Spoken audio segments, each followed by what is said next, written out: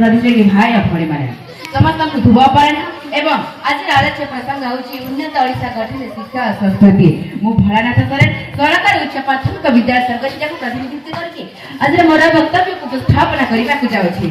सरकार संस्कृति शिक्षा उन्नति पाई लड़ा जेबे मुही शत्रु अभाव मित्र दूर करी छुट्टी जीवी सेति पाई नैसर्गिक सुषम अपूर्व लीलाभूमि होची आम राज्य ओडिशा। आमर शिक्षा संस्कृति कहीं अभाव काल महान अटे। आम ओडिशा स्थापित भास्कर्य कारुकार्य आम सांस्कृतिक महान निदर्शन अटे।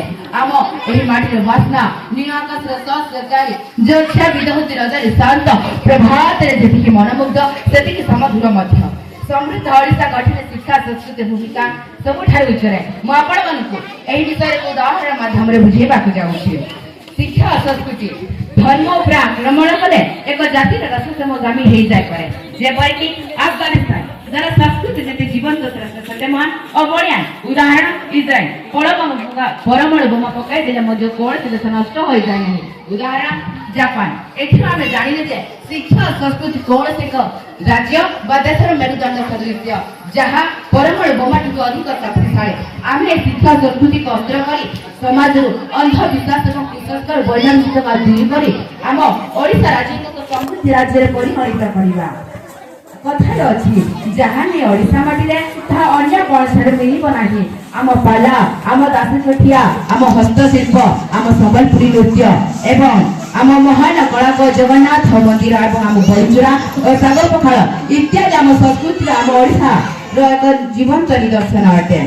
आम पूर्व पुरुष माने के खंड काठी साज नक्षत्र गुणी को गति को मापी दे पारुथले ए हेउची आम शिक्षा संस्कृति जहाँ सारा विश्व का जीवन पर चकित करे आछे। थरे आड़ी ओडिशा रे सही पूर्व शिक्षा संस्कृति को आधुनिकता रे समृद्ध करबा आमय पुण्य भूमि को सेही पूर्व पुरुषों को उत्तरदायी हिसाब रे आज हम एही मंच रे कोण करबा जे हम ओडिशा रे से महान शिक्षा संस्कृति को फेरे आनी ताको पुनर्बार तथा आम ओडिशा राज्य को एक विकसित समृद्ध राज्य रे परिगणित होई सहायता हेबो।